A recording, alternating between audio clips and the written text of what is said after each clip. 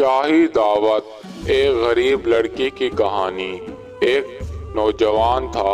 وہ نوجوان ایک بازار میں اپنا سامان فروخت کر رہا تھا کہ اسے راجا کا بلاوا آیا۔ وہ راجا کے یہاں پیش ہوا، راجا سے ملاقات کی۔ راجا نے کہا کہ میں نے تمہارے بارے میں بہت تعریفیں سن رکھی ہیں کہ تم باتوں باتوں میں لوگوں کو یوں ہانس لیتے ہو کہ بڑی سے بڑی تجارت ہو یا بڑی سے بڑی خرید و فروخت ہو وہ تم چٹکیوں میں کر لیتے ہو۔ ہم تمہارے اس ہنر کی عزت کرتے ہیں اور تمہیں اپنے یہاں کام پر رکھنے کی دعوت دیتے ہیں۔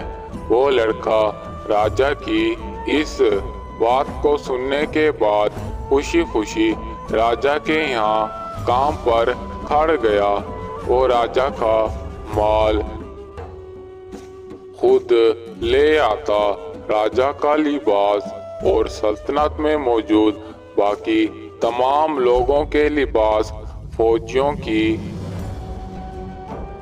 جنگجو کا سارا سامان، یعنی سلطنت کی ہر وہ چیز جو سلطنت کے لیے بہت اہم ہوتی، وہ سب کچھ اس لڑکے کے ذمے راجا نے دے ڈالا۔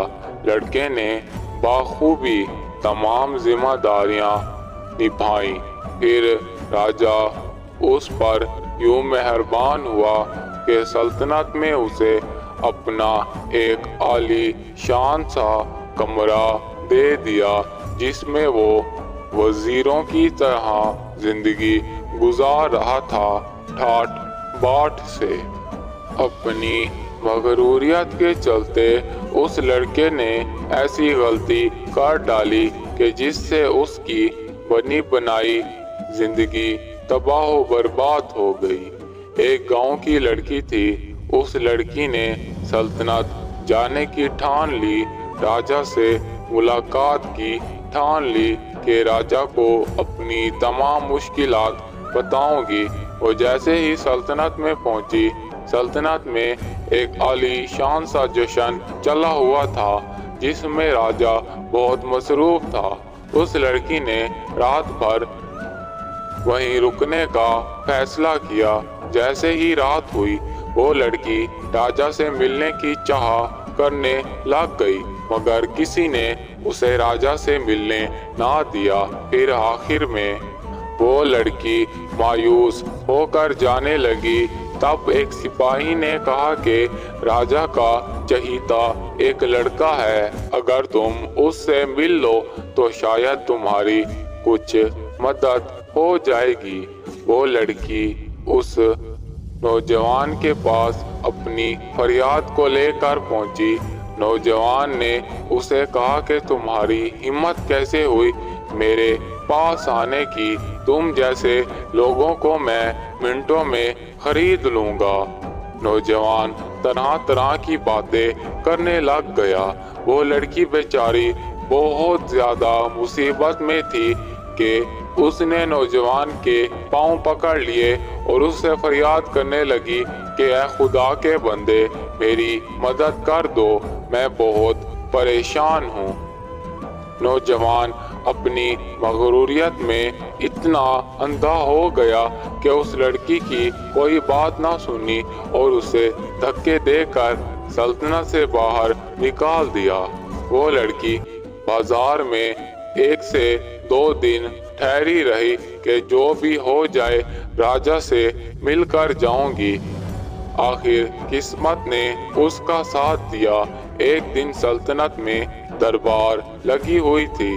وہ راجا کے یہاں پیش ہو گئی۔ راجا نے جیسے ہی اس لڑکی کی حالت دیکھی تو راجا کو اس پر بہت ترس آنے لگا، کیونکہ لڑکی 2 دن کی بھوکی تھی۔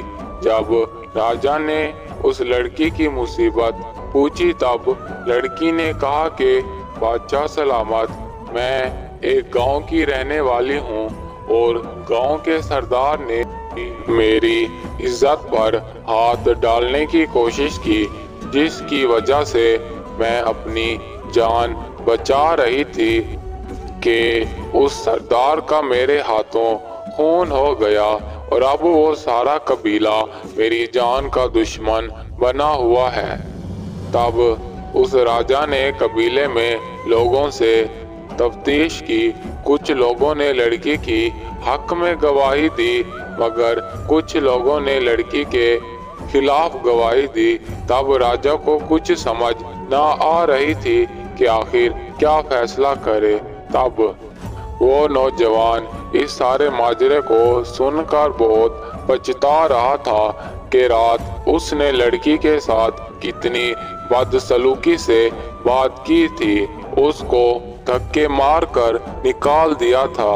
وہ نوجوان بہت شرمندہ ہو گیا تھا اور اس لڑکی کو انصاف دلانے کے لیے پرجوش طریقے سے کوشش کرنے کے لیے گامزن ہو گیا، تیار ہو گیا اور اس گاؤں کی طرف چل پڑا۔ وہ لڑکا پرجوش طریقے سے اس گاؤں کی طرف رواں دواں ہوا۔ گاؤں میں پہنچ کر اس نے گاؤں کے تمام لوگوں میں ایک افواہ پھیلا ڈالی۔ راجا نے کہا ہے کہ جس نے لڑکی کے خلاف گواہی دی اسے میں انعام دوں گا اور جس نے لڑکی کے حق میں گواہی دی اس کی میں جان لے لوں گا۔ بہت لوگ ڈر گئے یہ بات سن کر۔ کچھ لوگوں نے تو گواہی دینی ہی چھوڑ دی۔ جن لوگوں کا ایمان مضبوط تھا ان لوگوں نے دل ہی دل فیصلہ کر لیا کہ موت آج جائے یا کل آئے، فیصلہ تو حق پر دیں گے۔ وہ لوگ حق پر کھڑے تھے جنہوں نے پہلے اس لڑکی کی حق میں گواہی دی اور وہ لوگ جو چال بازی کر کے اس لڑکی کے خلاف کھڑے ہوئے تھے۔